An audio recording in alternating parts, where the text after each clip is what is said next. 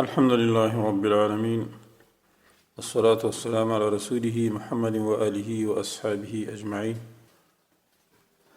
أما بعد،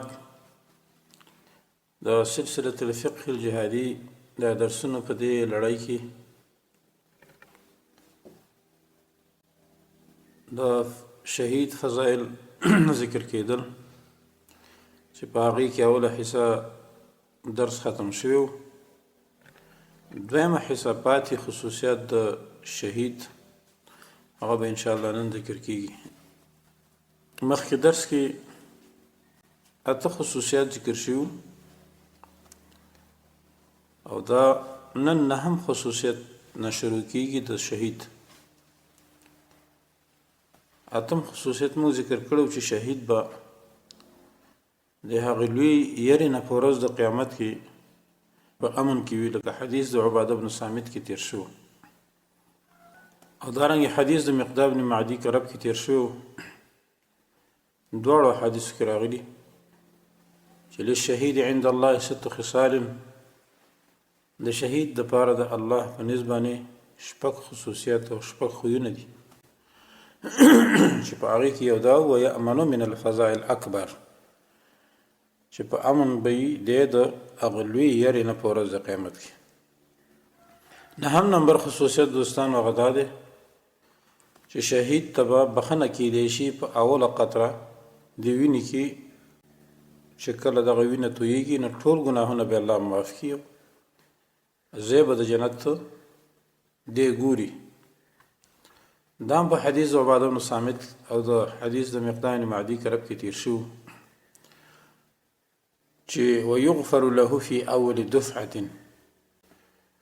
بخنه بکیدې چې دته په اول ساس کې او په اول قطرې د وینې کې چې کله دنه تویږي. حدیث کې راځي سهل بن ابي امامه ابن سهل دا د خپل پلار هغه به د خپل نیکه نه روایت کوي ان رسول الله صلى الله عليه وسلم قال، رسول الله صلى الله عليه وسلم وی إن أول ما يهراق من دم الشهيد تغفر له ذنوبه، اولنی هغه چې د شهید وینه تویږي بخښنه به کیدی شي د ټولو ګناهونو. امام بهقي دا حدیث په سنن کبرا کې ذکر کړی دی. یو حدیث کې راځي، حدیث امام مجاهد ذکر کړی دی د یزید ابن الشجره نه. علما لیکي چې د صحابي و. نو یزید ابن الشجره ویلي مونږ ته مجاهد صاحب وایي چې مونږ د رسول الله صلی الله علیه وسلم نه اورېدل دي،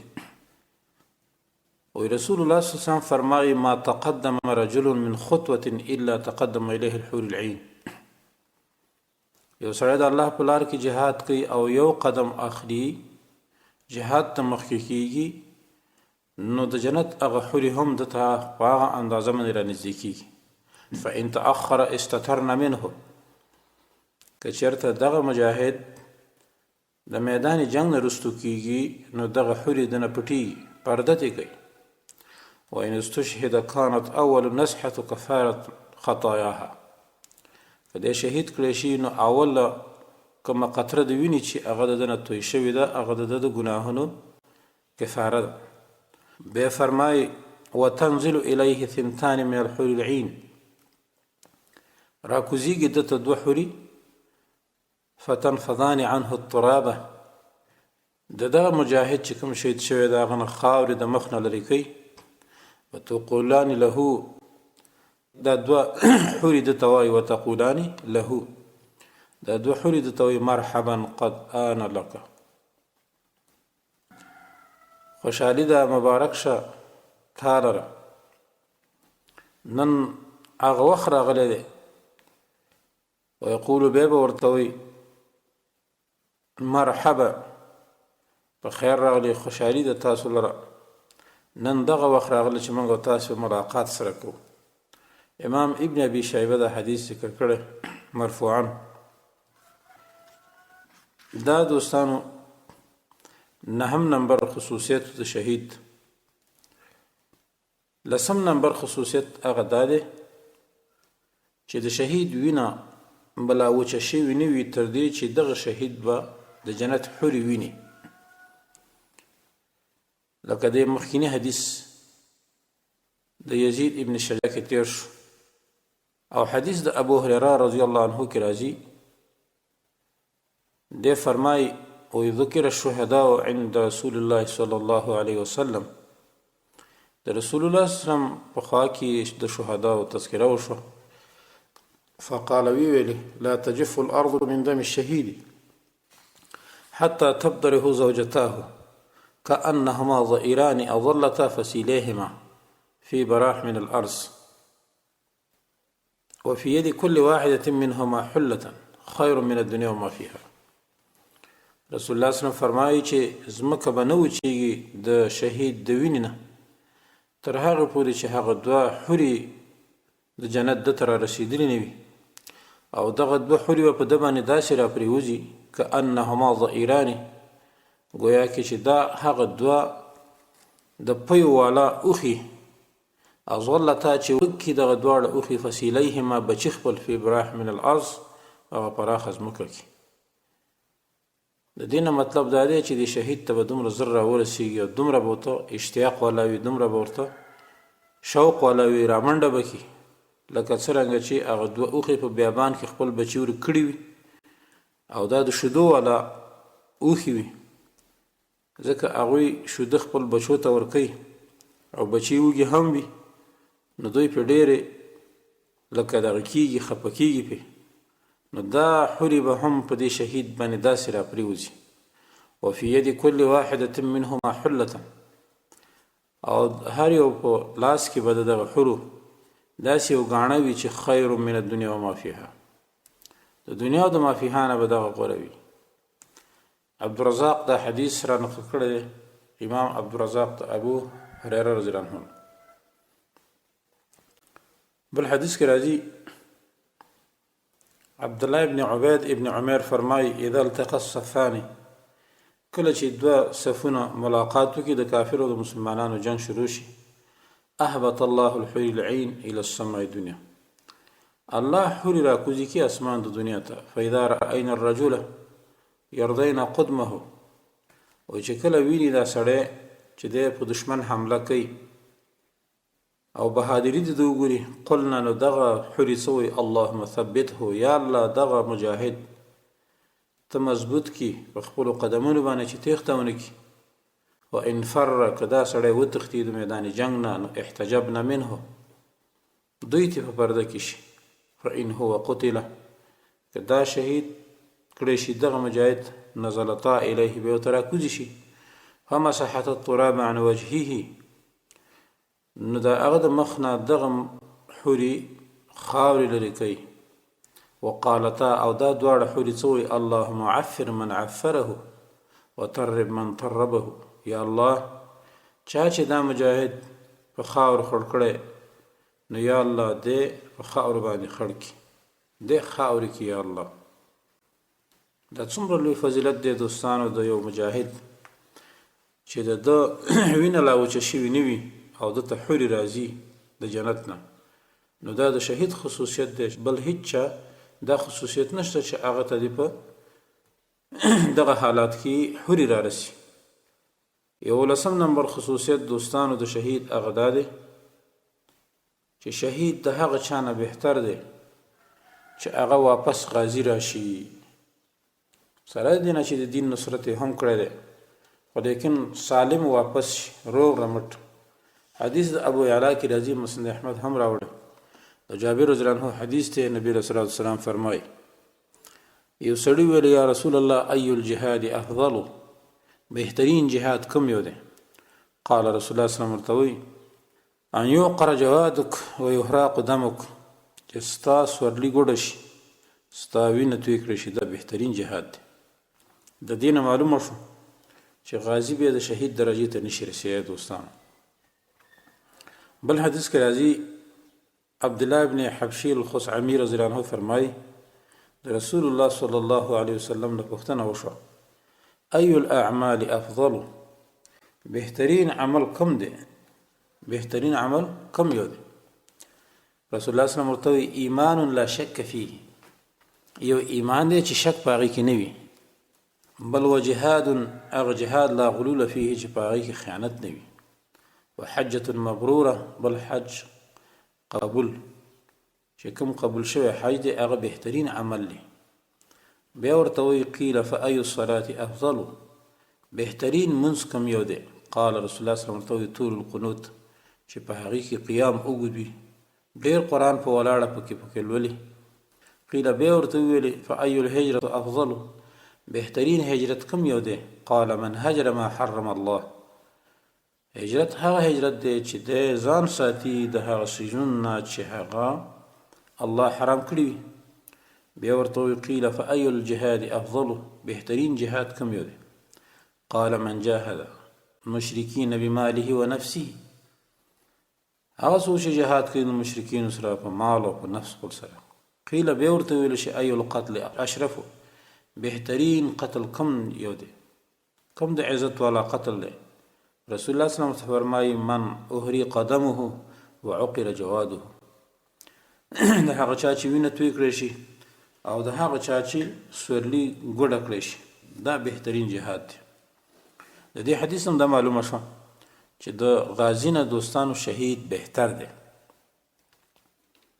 او د دې تایید بل حدیث هم کوي، د عمرو بن عبسه رضی الله عنه حدیث کې راځي، یو سړي رسول الله صلی الله علیه وسلم ته ویل یا رسول الله ما الاسلام، اسلام څه ته ویل کی؟ قال رسول الله صلی الله علیه وسلم ورته ویل چې ان یسلم قلبک، چې ستا زړه تسلیم شي الله ته، او یادا چې ان یسلم قلبک، چې ستا زړه اسلام راوړي، په زړه کې صحیح مسلمان شي. وان یسلم المسلمون، بل چې سالم پاتې شي مسلمانان من لسانک و یدک، د جبې ستانه او د لاس ستانه مسلمانان په امان پاتې شي، په امان کې شي. قال بیا ورته فأي الاسلام افضل، بهترین اسلام کوم یو دی؟ قال رسول الله صلی الله علیه وسلم الايمان، ایمان دی. قال بیا ورته وما الايمان، ایمان څه ته ویل کی؟ قال ان تؤمن بالله وملائکته وكتبه ورسله والبعث بعد الموت. قال بیا ورته فأي الايمان افضل، بهترین ایمان کوم یو دی؟ قال رسول الله صلی الله علیه وسلم الهجرة، بیا ورته وی هجرت څه ته ویل کی؟ قال ان تهجر السوء، چې ته د بدو نه ځان وساتې، دې ته هجرت ویل کی. هسې نه چې نوم د هجرت کې نور په هجرت کې څه کارونه کوي چې خیر مهاجر دی، نه، بهترین هجرت هغه دی ان تهجر السوء، چې ته د بدو کارونو نه ځان وساتې. قال بیا ورته فأي الهجرة افضل، بهترین هجرت کوم یو دی؟ قال الجهاد. قال بیا ورته وما الجهاد؟ قال ان تقاتل الكفار اذا لقيتهم، جهاد دی ته وایي چې ته د کافرو سره کله مخامخ شي، کافر مړه کړي. قال فأي الجهاد افضل، بیا ورته کوم جهاد افضل دی؟ قال من عقل جواده وحرق دمه، د چا چې سورلی ګوډه شي او وینې توی شي، دا بهترین جهاد دی. دا حدیث احمد، امام طبرانی او بهقی رحمهم الله ټول ذکر کړی، صحیح حدیث دی. د دې نه هم دا معلومه شو چې شهید د غازی نه بهتر دی. بل حدیث د ابوذر کې راځي، د رسول الله صلی الله علیه وسلم تپوس کوي یا رسول الله ای الرقاب افضل، کوم یو غلام بهتر دی؟ رسول الله صلی الله علیه وسلم ورته وایي اغلاها ثمنا وانفسها عند اهلها، هغه غلام چې د هغې پیسې ډېرې وي او دارنګې د خپل اهل او د خپل هغه بادار په حق لدی اوچت وي. قلت فأي الجهاد افضل، بیا ما ورته ویل ابوذر غفاري فرمایي چې کوم جهاد بهتر دی؟ قال رسول الله صلی الله علیه وسلم وایي من عقل جواده وحرق دمه، د چا چې سورلي ګوډه شي او وینې توی شي، نو دا بهترین جهاد دی.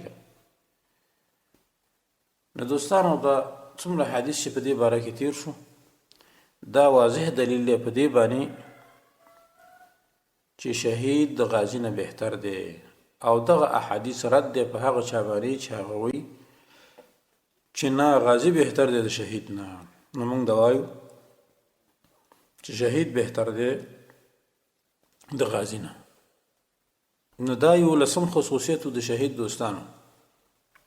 دولسم خصوصیت د شهید هغه دا دوستانو چې شهید به د قتل نه چې کوم د الله په لار کې قتل شوی وي دومره درد نه مومي، مګر دومره درد به مومي لکه څرنګه چې میږی وچیچي یو سړی، د میږي د چیچلو په اندازه به دته هم هغه درد نه محسوسیږي. دا په ډېرو حدیثو کې راغلي ابي هريره رضی الله عنه فرمایي رسول الله صلی الله علیه وسلم ویلي دي لا يجد الشهيد من مس القتل الا كما يجد احدكم من مس القرصه. ترمذي، نسائی، ابن ماجه، ابن حبان، بهقي وغيره دا حدیث راوړي. شهید نمومي د قتل هغه دردونه یا د قتل سختي الا كما يجد احدكم، مگر لکه چې یو د تاسې نمومي من مس القرصه د چیچلو د میږي نه. لکه میږي چې سړی چیچي نو دومره به شهید ته درد هم نه رسیږي په دغه بمونو سره، په دغه راکټونو سره، په دغه مرمو سره چې دا د چاڼ چاڼ شي، صرف او صرف د میږي د چیچلو مره هغه درد بدته هم نه محسوسیږي. انس بن مالک حدیث کې راځي رسول الله صلی الله علیه وسلم وی اذا التقى الزحفان ونزل الصبر، کله چې دوه ډلې ملاقات وکړي سره یو ځای شي، کافر مسلمانان سره مخامخ شو او الله صبر را کوز کی مسلمانانو باندې، مسلمانان ثابت قدمه کی، نو کان القتل اهون على الشهید من الماء البارد في اليوم الصائف. الله، نو دا قتل به ډیر آسان وي په شهید باندې، د شهید هغه شهادت به دومره آسان وي شهید ته لکه څرنګه چې هغه یخ اوبو ته په سخت ګرمۍ کې زړه کیږي. الله، دا دومره بهترین عمل دی دوستانو دا جهاد، چې شهید به د قتل ته دومره محتاج وي لکه څرنګه یو سړی دی او هغه یخ اوبو ته زړه کیږي او دا سړی ډېر تږی وي. دینه دا معلومه شوه چې شهید به دغه کوم درد چې ده ته رسېدلی دی په مرمو ویشتل شوی دی یا په بل شي باندې شهید شوی دی، هیڅ درد نه محسوسوي. بل حدیث کې راځي وعضة نملة اشد على الشهید من مس السلاح، وې د میږي د چیچل په شهید باندې ډیر سخت دی د هغه صلاح د مسنه چې د کوم مرمۍ ته رسېدل یا ورته مثلا د توپ پرچه رسېدل، د جاز بمباري ورته رسېدلې ده، د هغې نه به د میږي هغه چیچلي دا به ورته سخت وي. بیا وی بل هو اشهى الیه من شراب بارد فی یوم صائف، بلکې دا شهادت دا به دته غوره وي د هغه اوبونه چې هغه ډېرې یخې وي په سخته ګرمه ورځ کې. دا هم دلیل دی دوستانو په دې باندې چې شهید باید هغه د شهادت چې کومه سختي دي هغه نه ګوري، مګر دومره به لکه یو میږی چې سړی چیچي بلکې هغه به هم نه محسوسوي. لکه دغه حدیث په دلیل دی چې ځکه د شهید به دغه زخمونو ته، دغه صلا ته، دغه ته ټول اشتیاق به وي، هغې ته به شوق وي. بل حدیث کې راځي رسول الله صلی الله علیه وسلم فرمایي ان للموت فزعة هي اشد من الف ضربة بالسيف من كذا وكذا جبل يقل على راس واحد وانه اهون على الشهيد والمقتول ظلما من قرص بعوضة. نبی صلی الله علیه وسلم فرمایي چې د مرګ دپاره ډېره یره ده، مرګ ډېر یرونکی شی دی چې د مرګ دغه سختي به ډېره سخته وي، د زرهاو هغه ګزارونو د تونه او دارنګې د مرګ دا سخته دومره ډېره لویه ده او سخته او شده ده لکه یو لوی غر چې په سړي باندې را پریوځي په سر باندې، لیکن دغه مرګ به اهون علی الشهیدی، دا به ډېر آسان وي په شهید او په هغه مقتول باندې چې کوم په ظلم قتل شوی وي. د څه شي نه به آسان وي؟ من قرص بعوضه، د چیچلو د میږي نه چې میږی وي چې دې نه به هم آسان وي. وإن لله عز وجل ملكا ينادي كل ليلة وقت السحر، یقینا د الله لپاره داسې ملائک شته چې هغه اوازونه سحر په وخت کې سوی معاشر اهل القبور من تغبطون، اې د قبرونو والو تاسو د چا سره غبطه کوئ، تاسو د څه شي ارمان کوئ؟ اظنه قال، راوي وی رسول الله صلی الله علیه وسلم فیقولون د قبرونو والا به وی الشهید، دا ټول قبرونو والا به وی چې کاش موږ هم شهیدان وي، دغه درجه موږ ته حاصل وي. وإن الشهيد لا ينظر إلى ربه عز وجل كل يوم مرتين، یقینا شهید به ګوري خپل رب ته هر ورځ کې دوه وارې، لا يشتاق إلى الدنيا، چې دنیا ته به کوم شوق هم نه کیږي، ولا يتأسف عليها، نه به پې افسوس او ارمان کړي چې کاش زه د دنیا نه وی راغلی، دا به هم شهید نه کوي. دې نه معلومه شو دوستانو چې شهید ته د مرګ هغه سختی نه رسیږي، دا د خصوصیت دی. بل حدیث انس بن مالک راځي رسول الله صلی الله علیه وسلم فرمایي الشهداء ثلاثه، شهیدان درې دي. به هغه دوه ذکر کړي، دریم والثالث خرج من نفسه وماله، دریم هغه کس دی چې خپل موزي او خپل مالم ولګي محتسبا د الله نه امید کوونکی وي د اجر، یرید ان یقتله، غواړي چې د قتال وکړي د الله په لار کې، او یقتل او قتل کړی شي، بلم وجني په خپلم ځان وجني، فإن مات او قتل کچته د وفات شو یا قتل کړی شو، جاء یوم القیامت رابشي په ورځ د قیامت کې شاهرا سیفه واضعه على عاتقه، توره به راویستي وي بربنډه په خپله غاړه کې به دا توره چولي، والناس جاثون على الرکب، دا خلک به پړ مخې په زنګنونو پراته وي، یقول وای به الا افسحوا لنا، موږ دپاره لاره خلاصه کړئ، فإنا قد بذلنا دماءنا واموالنا لله عز وجل، ځکه موږ خپلې وینې خپل مالونه د الله د رضا دپاره خرج کړي دي. وقال رسول الله صلی الله علیه وسلم، فرمایل رسول الله صلی الله علیه وسلم والذي نفسي بيده، قسم په هغه چې نفس ما د هغه په لاس کې دی، لو قال ذلك لإبراهيم خليل الرحمن او لنبي من الأنبياء، وای که دا وینا دغه شهیدان ابراهیم علیه السلام ته وکي یا یو نبی د انبیاء ته وکي، لزحل لهم الطريق، نو لاره به ورته خلاصه کي، ولی لما یرا من واجب حقهم، ځکه د دوی د حق دغه خلک ویني چې د دوی ډیر حق دی په دغه خلکو باندې، حتی یأتوا منابره من نور تحت العرش، تر دې چې دوی براشي هغه منبرونو ته د نور نه چې د عرش د لاندې به وي، فیجلسون علیه، په هغه منبرونو به کیني، ینظرونه ګوري به چې کیف یقضي بین الناس، الله څرنګه د خلکو منځ کې فیصله کوي، لا یجدون غم الموت، د مرګ هغه سختی به دوی هیڅ کله نه ګوري، ولا یغتمون فی البرزخ، په برزخ کې به هم دوی باندې کوم سختی نه وي، ولا تفزحهم الصیحه، او هغه چغې نه به هم چې کوم چغه والی کېږي او مخلوق به وشه کېږي، د هغې نه به هم دوی په امن کې وي، هغوی سره به دوی ته کومه یره نه رسېږي، ولا یهمهم الحساب، د حساب او د میزان او د صراط به هم دوی سره کوم غم نه وي.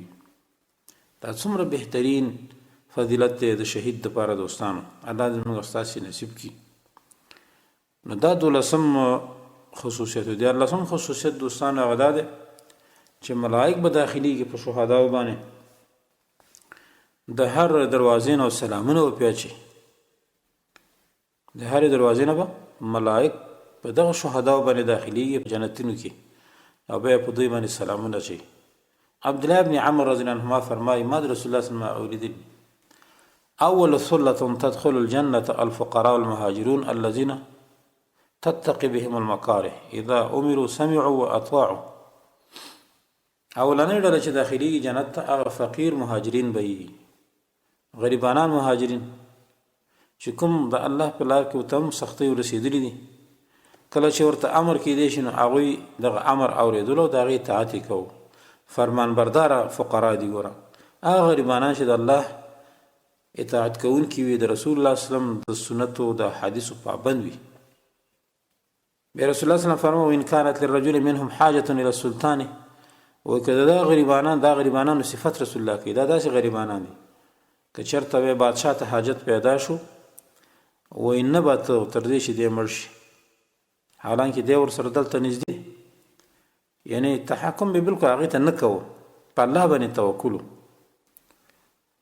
وإن الله عز وجل يدعو يوم القيامة الجنة فتأتي بزخرفها وزينتها، الله سبحانه وتعالى په ورځ د قیامت کې جنت دعوت ورکړي، هغه به راشي، هغه خپل ښایست او خپل سنگار به ځان سره راوړي، فیقول الله به ورته وایي أين عبادي الذين قاتلوا في سبيلي، زما هغه بندگان چې زما په لار کې جهاد کړی و، قتلوا او دوی شهیدان شوي دي، او اوذوا یا ته تکلیف ورسېدلی، وجاهدوا في سبيلي او دا زما په لاره کې جهاد کړی دی، نو جنت ته داخل شي، نو هغوی به داخل شي بغیر حساب، بغیر حساب نه.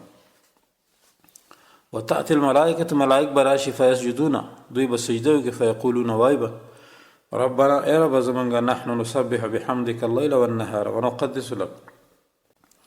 یا الله موږ ستا پاکي بیانوله، تسبیحات هم ویل ستا شپه او ورځ کې. نو من هؤلاء الذين آثرتهم علينا، دا څوک دي چې په موږ دې غوره کړی یا الله؟ فیقول رب عز وجل، الله سبحانه وتعالی به وی هؤلاء عبادي، دا زما بندگان دي الذين قاتلوا في سبيلي، چې زما په لار کې جنگ کړی دی، واوذوا في سبيل، زما په لار کې ورته تکلیف رسېدلی. فتدخل عليهم الملائکة من كل باب، نو ملائک به په دغه شهداو باندې داخلي هرې دروازې ته. څه به ورته وي؟ سلام علیکم، سلام دی په تاسې باندې بما صبرتم، په هغه وجه باندې چې تاسو صبر کړی. فنعم عقب الدار، بهترین ځای دی د پاتې کېدلو. حدیث احمد، بزار، ابن حبان وغیره راوړی، صحیح حدیث دی. د دې نه معلومه شوه چې د شهید ډېر لوی فضیلت دی د الله په نسبت باندې دوستانو. بل حدیث کې راځي، ابن مبارک د حدیث ذکر کړی دی، د اوزاعي به د مطلب بن حنطب نه ذکر کړی.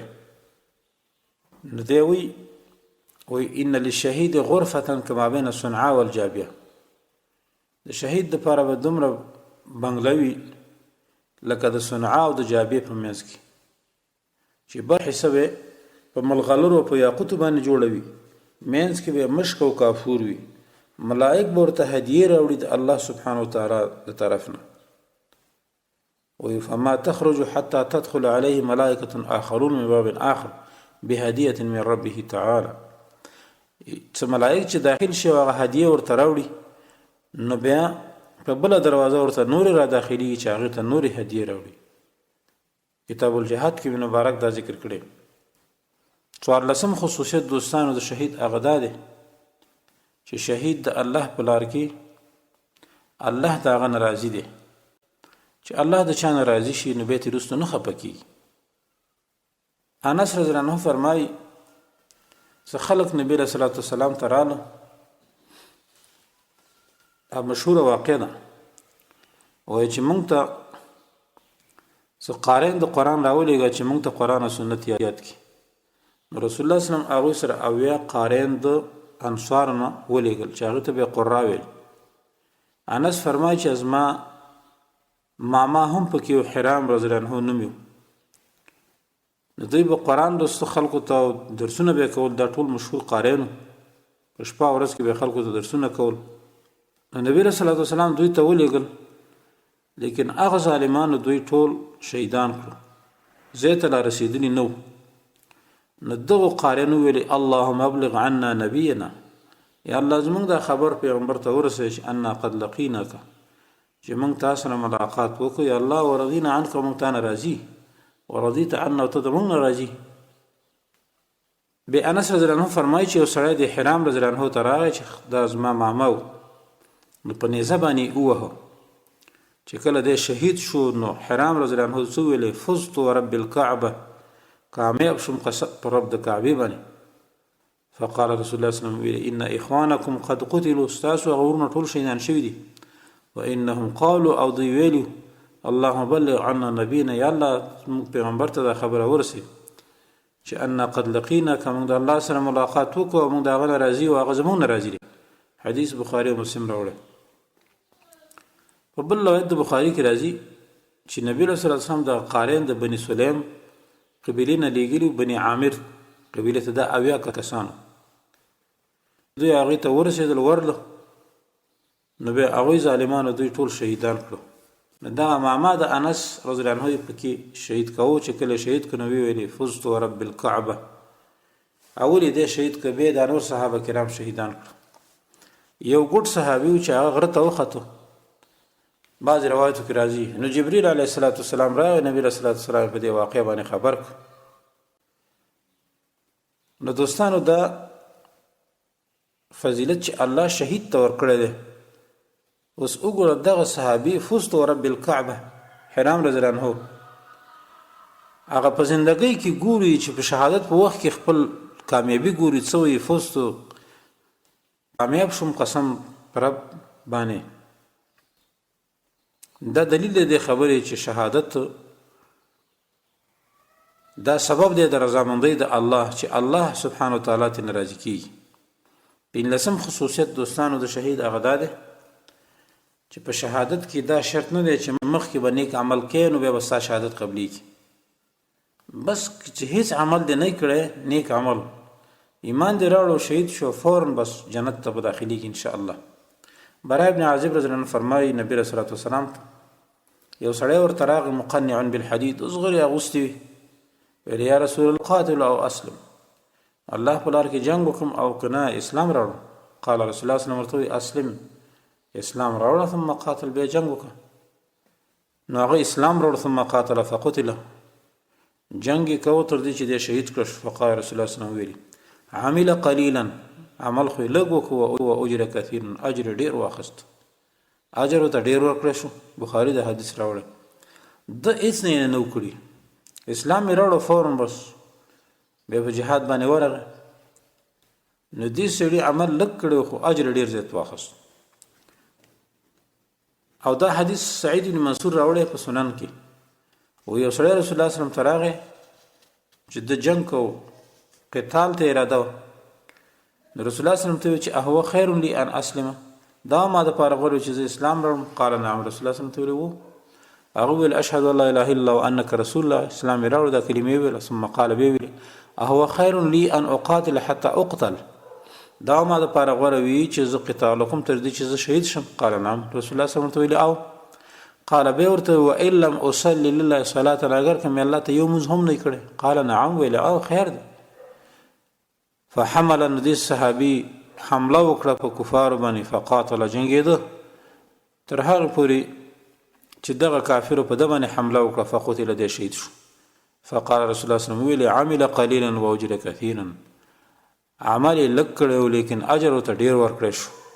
د دین معلومه شو چې جهاد سبقت د اعمال نه غواړي چې مخکې به د نیک عمل کړی یو بس بیا ته جنگیږي الله به به جنت دل درکې یا به الله سبحانه وتعالی تا جنت ته داخلي نه سبقت د اعمال نه غواړي.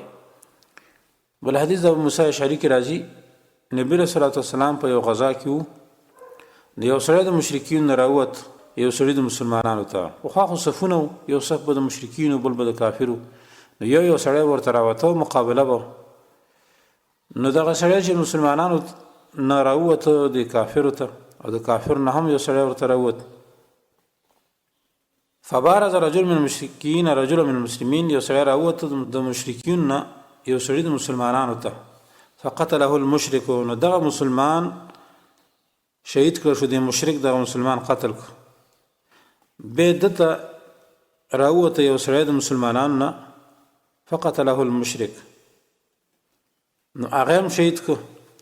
ثم جاء براغ دغه مشرک فوقف على النبي صلى الله عليه وسلم فنبي صلى الله عليه وسلم باندې دبره ودرت فقال ویل په دې سره ته ودرت ویل علامات تقاتلون ور دمر بهادر چې دوه کسان شهیدان کړ. فقال ندی مشرک رسول الله صلی الله علیه وسلم چې په څه باندې تاسو جنگ کوئ د موږ سره.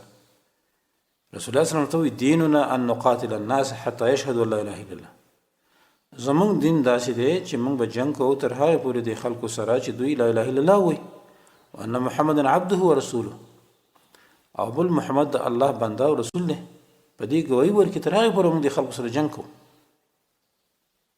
او بل دا چې وان نفي لله بحقه د الله په حق باندې موږ وفا وکړو د الله حقونه ادا کړو. قال نو دغه مشرک څوی والله ان هذا لحسن قسم په الله دا خو ډیره بهتره خبره ده دا خو خبره ده آمنت بهذا ما په ایمان راوړ الله چې الله سبحانه وتعالى په تقدیر کې ایمان لیکلی ایمان چې راوړ ثم تحول الى المسلمين به مسلمانانو ته واپس شو د مسلمانانو ټولي تراغه صحابه کرام فحمل على المشركين مشرکین باندې حمله وکړه فقاتل نو جهاد شروع ک حتی قتل تر دې چې شهید کړ شو. نبی فحمل د مړی راواخستل شو فوضع مع صاحبه اللذين قتلهما قبل ذلك نو د هغه دوه مقتولینو سره چې د وجلو د شرک په حال کې هغه صحابه شهیدان کړي مخکې چې موږ قصه وکړه دا غوي سره ګټ کې خود. فقال رسول الله صلی الله علیه وسلم هؤلاء اشد اهل الجنه تحابا دا درې وړه په ورځ د قیامت کې سخت محبت ولای خپل منځونو کې دی او بل سره ډېر محبت او مینه کوي. وای ځکه دا مقتول چې کوم دواړه مقتولین دي مسلمانان چې د لاس شهیدان شوي دي، وای ځکه د هغوی قتل سبب دا و چې ځکه هغوی مسلمانانو شهیدان شو، دغه حالات کې دا بل چې کوم قاتل مشرکو نو د به وروسته اسلام راوړو، نو درې واړه به د یو بل سره ډیره مینه کوي په جنت کې. الله دومره فضل دی او په جهاد کې دومره فیدی دي. بل حدیث کې راځي جابر رضی الله عنه فرمایي وای موږ د رسول الله صلی الله علیه وسلم سره په یو غزا کې و غزا د خیبر کې، نو زمونږ د صحابه کرامو یو ډله د مجاهدین راووتله، یو انسان یې ونیو چې د هغه سره ګډې وې شپونو. بل روایت کې راځي یسار نوم یو د عامر یهودي بند غلامو، نو دغه شپون ګډې سره ولي، نو دې صحابه کرامو دا یسار رسول الله صلی الله علیه وسلم ته ونیولی و ژوندی، خبرې ورسره وکړې، ډېرې خبرې ورسره وکړې. نو دې شپون ورته وویلې انی قد آمنت بک وبما جئت به، ما خو ایمان راوړی په تا او په هغه دین باندې چې تا راوړی، لیکن فکیف بالغنم فانها امانه، اوس په دې ګډو باندې څه وکړم؟ وهي للناس الشاة وشاتان، د چا دوه د چا درې. رسول الله صلی الله علیه وسلم وویل وایي ته د هغه په مخونو کې د خاورې توی که، د هغه خاورې راواخستې او هغه خاورې د هغوی په مخ باندې ورتوی کړلې، نو هغه ګډې هر یو له خپله لاړله کورونو ته، هر یو په خپل کور باندې ننوته. نو بیا دغه صحابي چې ایمان یې راوړی یسار رضی الله عنه صف ته رامخته شو، نو یو غشی راغی او هغه غشی په ده باندې ولګېد، فورا شهید شو. مونځ یې لا نه دی کړی، ولم یصلي لله سجدة قط. جابر رضی الله عنه فرمایي چې د الله ته یوه سجده هم ونه کړه. بیا رسول الله صلی الله علیه وسلم وویلي چې دی داخل کې یو خیمې ته، نو دی داخل شو هغه خیمې ته، صحابه کرامو ننست. رسول الله صلی الله علیه وسلم چې کله فارغ شو نو بیا راغی خیمې ته ننوت. نو رسول الله صلی الله علیه وسلم دغه یسار ته څه وایي چې ستا اسلام ډېر ښایسته شو، ډېر بهترین اسلام دی. او صحابه کرامو ته رسول الله صلی الله علیه وسلم خطاب کوي لقد حسن اسلام صاحبکم، یقینا ښایسته کړی شوی دی ستاسو د دغه ملګري اسلام. لقد دخلت علیه، زه په دغه یسار باندې داخل شوم دې خیمې ته، وان عنده لزوجتین له من الحور العین، او د ده سره دوه حورې د جنت ناستې وي. الله، حدیث حاکم او بهقي راوړی. دا څومره لوی فضیلت دی دوستانو چې مونځ یو سجدې هم نه ده کړې، صرف ایمان یې راوړو او په باراني غشي باندې دی ولګېد او شهید شو، لیکن فورا دته هغه دوه حورې را رسېږي. د دې نه معلومه شو چې د شهادت مقام ته څوک نشي رسېدلی، دا ډېر بهترین مقام دی. بل روایت کې راځي عمدته قصه ده ابن عباس رضی الله عنه په روایت باندې چې یو سړی رسول الله صلی الله علیه وسلم ولیده شپونکی و او ګډې سره ولي، نو بیا دغه شپونکي رامنډې واخیسته رسول الله صلی الله علیه وسلم ته، هغه خپلې ګډې پرېښودې، ویل یا محمد انی سمعت انک بعثت، ای پیغمبره ما اورېدلي چې ته الله را لېږلی پیغمبر یې، ته را لېږلی شوې، و انی ترکت غنمي فمن یحفظها، ما خو ګډې پرېښودې څوک به حفاظت وکړي؟ رسول الله صلی الله علیه وسلم الله عز وجل، الله به حفاظت کوي کنه. قال شپونکی ورته وی فما تأمرني، د الله رسول ما ته څه امر کوي؟ رسول الله صلی الله علیه وسلم ورته وی ان تشهد الله لا اله الا الله وحده لا شريك له وان محمدا عبده ورسوله، دا کلمه ووایه. قال نو دا شپونکی وی فلعل ربک ان یحقرني، کیدای شي رب ستا ما سپک نه کي، حقیر مې ونه ګڼي. قال الله، رسول الله صلی الله علیه وسلم ولې به داسې کوي؟ قال بیا ورته اعطني سیفا، ما ته یو توره راکړه، فاعطاه، توره ورته ورکړه. ثم قال بیا وی ورشه په ښي طرف د قوم باندې هغې باندې حمله وکړه. بیا راغی بیا ورته ویل ورشه په چپ طرف د قوم باندې حمله وکړه، د مشرکینو باندې په هغې هم حمله وکړه. بیا واپس راغی، بیا دا شپون راغی وی ویل بابي و امي فما تأمرني، زما مور پلار تا نه قربان شي، ای پیغمبره ما ته څه امر کوي؟ قال رسول الله صلی الله علیه وسلم توسط القوم ورشه په دې منځ قوم باندې د مشرکینو په دې مین باندې حمله وکړه چې کله په مین باندې حمله وکړه هغه شهید کړی شو. نو رسول الله صلی الله علیه وسلم پاسېدو ویل هذا من الذين قال الله عز وجل دا هغه کس دی چې الله د داسې کسانو باره کې داسې وایي الذين آمنوا کسانو چې ایمان راوړی ولم يلبسوا ایمانهم بظلم او دوی خپل ایمان د شرک سره نه وي ګډوډ کړی اولئک لهم الامن دغه کسانو دپاره امن دی وهم مهتدون دوی هدایت والا دي. نو دا دومره بهترین صحابي و چې یو سجده الله ته نه ده کړې مونځ یې نه دی کړی خو د شهادت په وجه باندې الله ته ټول ګناهونه معاف کړو شرک معاف شو هر څه ختم شو. شپاړسم خصوصیت هغه دا دی چې شهید د الله په لار کې د پیغمبرانو نه په یو درجه کې ښکته چې هغه درجه د نبوت. حدیث کې راځي نبی علیہ الصلوۃ والسلام فرمایي القتلى ثلاثه شهیدان درې قسم دي رجل مؤمن جاهد بنفسه وماله فی سبیل الله یو هغه کس دی مؤمن مجاهد چې د الله په لار کې جنگیږي په نفس او مال سره د الله په لار کې تر هغې پورې چې د دشمن سره ملاقات وکړي قاتلهم د دوی سره جنگي حتی یقتل چې دی شهید کړي شي فذلک الشهید الممتحن فی جنت الله دا هغه شهید دی چې د الله په جنت کې وي تحت عرشه د عرش د سوري لاندې به وي چې د انبیاء علیه السلام نه به صرف په نبوت درجه کې ښکته وي. دویم ورجل یو هغه کس دی چې سخت ګناهونه یې کړي ګناهګار وي لیکن جاهد بنفسه وماله فی سبیل الله دا ګناهګار دی الله په لار کې جهاد کوي تر هغې پورې چې دشمن سره دی ملاقات وکړي د دشمن سره یو ځای شي جنگ جوړ شي قاتل حتی یقتل چې دی هم شهید شي. فتلک مسمسه نو دا یو مسمسه ده دا جنگ کول د ده دپاره مسمسه دې ته وایي چې محط ذنوبه و خطایا د ده ګناهونه ختم شي د دغه جهاد په وجه باندې. ځکه رسول الله وسلم بیا فرمایي چې ان السیف محاء للخطایا دا توره چې دا ختمونکې ده د ګناهونو نو دی به داخلیږي د جنتونو ته به دی داخلیږي د کومې دروازې نه چې خوښې شي فإن لها ثمانیة ابواب د دغه جنت دپاره اته دروازې دي جهنم دپاره هم دي بعضې افضل دي د بعضو نه. دریم قسم سړی چې جنګیږي د الله په لار کې ورجل منافق دی جاهد بنفسه وماله چې جهاد په نفس او په مال باندې کوي حتی اذا لقي العدو مخامخ شي وقاتل فی سبیل الله د الله په لار کې جنګ وکړي حتی یقتل فذلك في النار دا په اور کې دی. ولی ان السيف لا يمحو النفاق دا توره چې دا منافقت نه ختموي تر څو چې په زندګۍ کې دی توبه د هغې نه ونه باسي.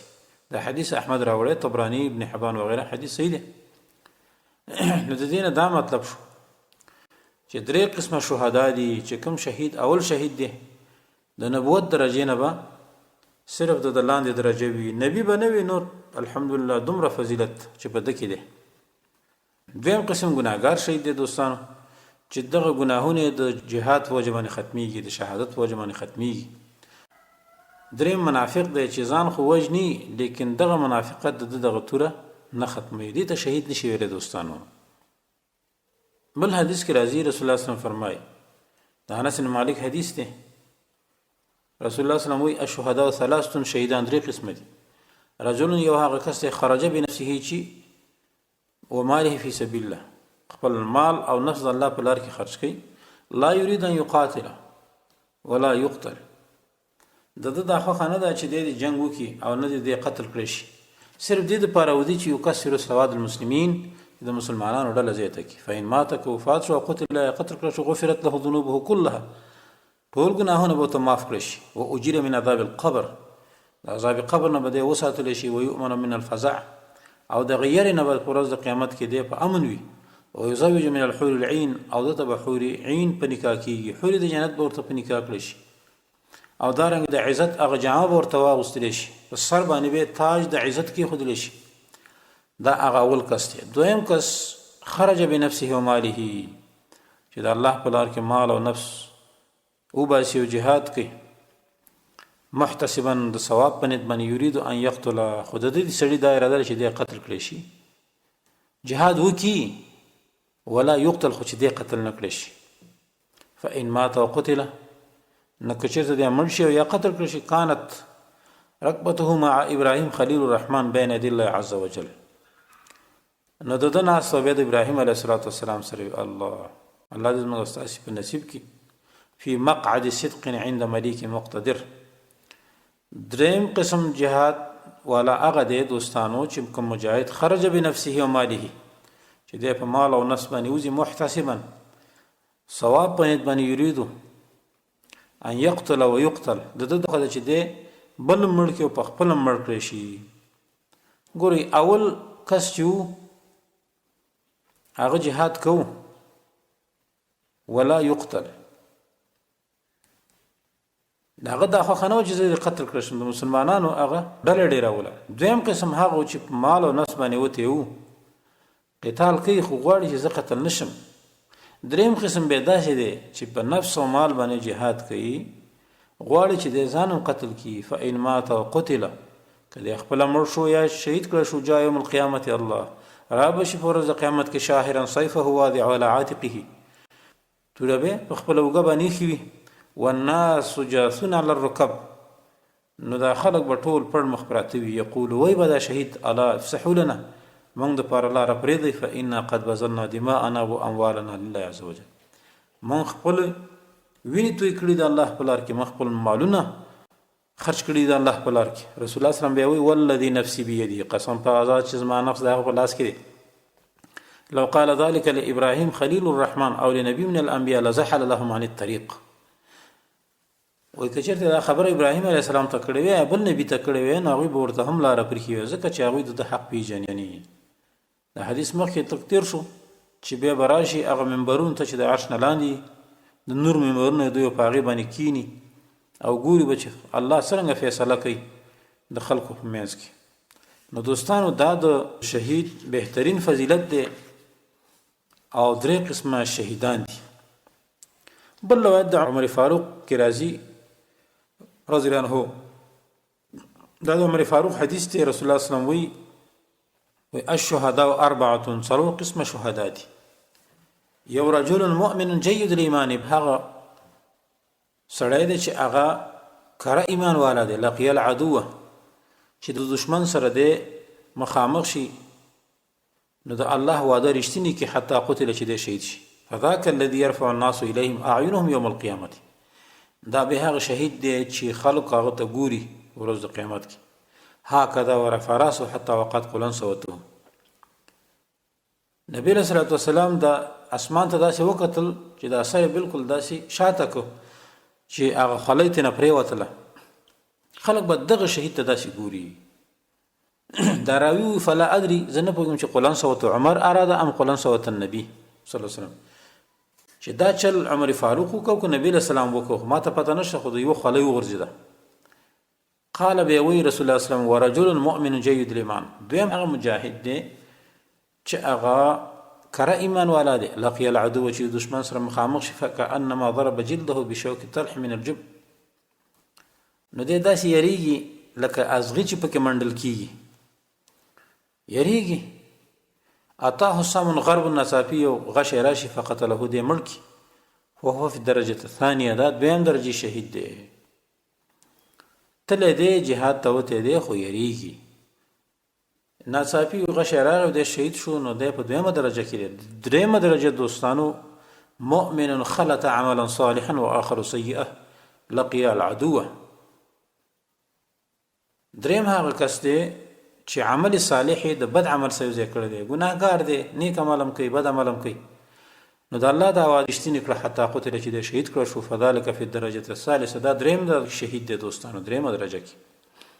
څلورمه درجه کې مؤمن اسرف علی نفسه ډېر سخت نه سخت ګناهګار دی ډېر ګناهګار دی دریم نه هم ګناهګار دی او نیک عمل کړو د نیک عمل هم نه دی کړی خو اسرف علی نفسه لقي العدو د دشمن سره مخامخ شو فصدق الله وعده رښتینې کړه حتی قتله دی شهید کړه فذلک فی الدرجه الرابعه دی په څلورمه درجه کې دوستانو حسابي. الله دې موږ تاسو دې څلورو درجونه خو نو باسي کم از کم چې په یو کې خورا شو. نو دا دوستانو 14 نمبر کې خصوصیت د شهید. ولسم نمبر کې خصوصیت چې د آخري خصوصیت دی هغه دا دی چې شهید ته به حوري الله په نکاح کې مخکې ډېر حدیثو کې تیر شو، لکه حدیث د ابي امامه کې راځي رسول الله صلی الله علیه وسلم وایي ان اول قطره تقطر من دم الشهید تكفر بها ذنوبه. اوله قطره چې کومه د وینې د شهید نه تویږي ټول ګناهونه الله په هغه سره ختمي. او دارنګي دویم دا چې هغه ته به د ایمان ګاڼه واچول شي، دریم دا چې حوري ورته په نکاح کړی شي. بل حدیث کې راځي ابن عمر فرمایي نبی له صلوات والسلام د یو باندې چې په دغه باندې تیرېدلو په خیمه باندې چې اراده کړې و د غزا دپاره، فقیل ویل شي رسول الله صلی الله علیه وسلم دې صحابي ته چا ویلي دې باندې چې ته دا څوک دي؟ نو باندې چې ته ویل چې دا خو رسول الله صلی الله علیه وسلم دا صحابه دي غواړي چې جهاد ته لړ شي. نو دې صحابي ویل دې باندې چې هل من عرض الدنيا يصيبون، چې شی به ورته غنیمت به ته ورسي کنه چا ورته وي چې او دا مو ورسیږي يصيب الغنائم ثم تقسم بين المسلمين، به د مسلمانانو کې تقسیمیږي هم.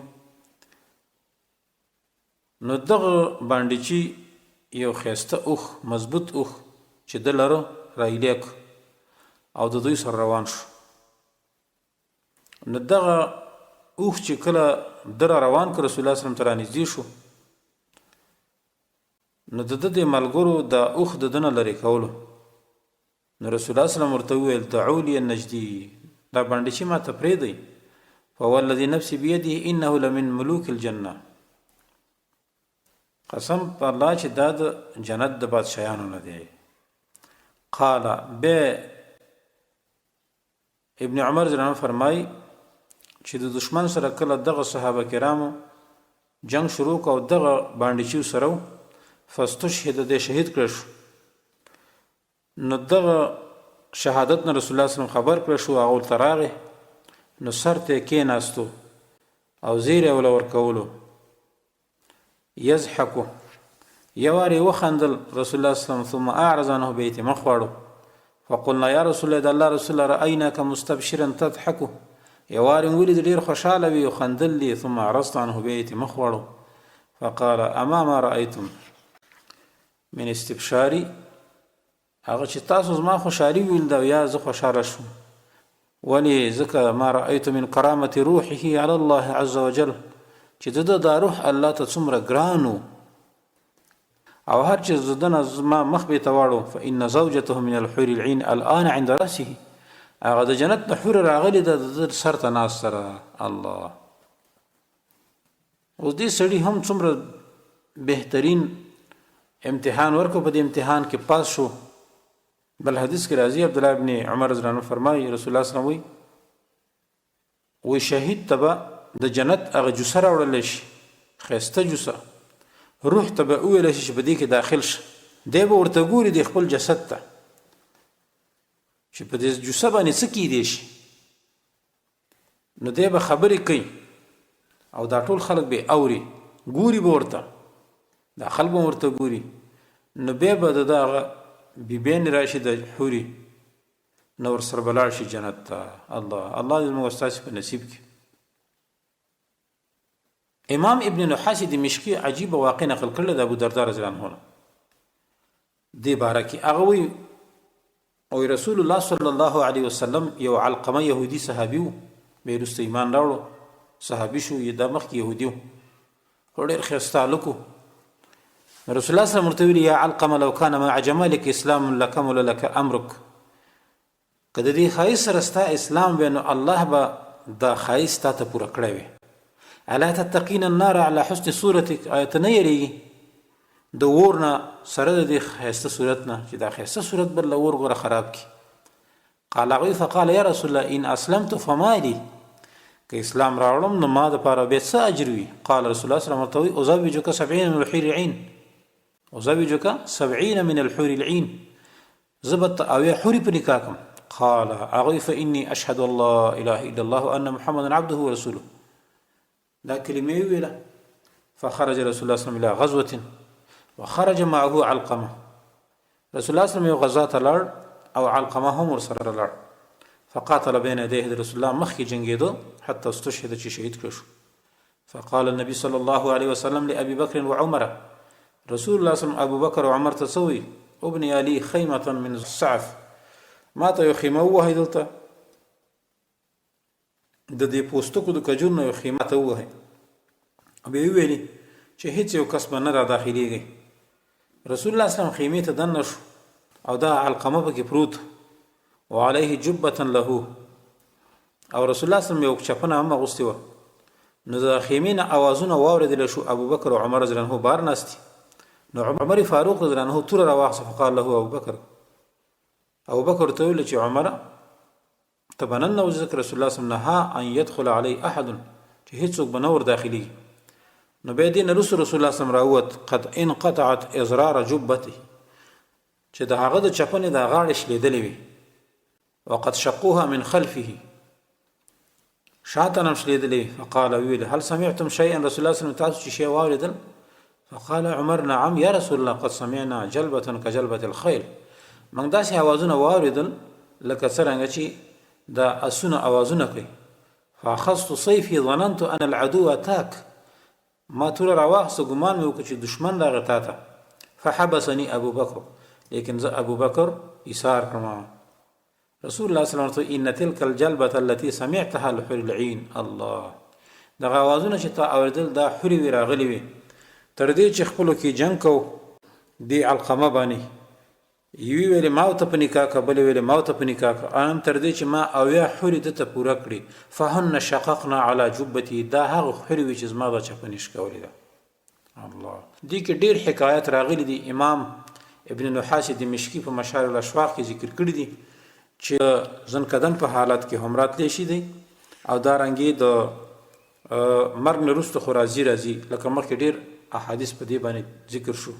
الله سبحانه وتعالی دې وکړي چې موږ او تاسې ته الله داسې شهادت په نصیب کړي لکه دغه صحابه کرامو ته چې کوم نصیب شوي. الله دې وکړي چې زموږ او ستاسې دا ټول ګناهونه چې موږ په دې دنیا کې څومره کړي دي، الله موږ ته د شهادت په وجه باندې معاف کړي. الله دې موږ او تاسې له د عمل کولو توفیق راکړي. هذا واخر دعوانا ان الحمد لله رب العالمين، وصلى الله تعالى على خير خلقه محمد وآله وأصحابه أجمعين.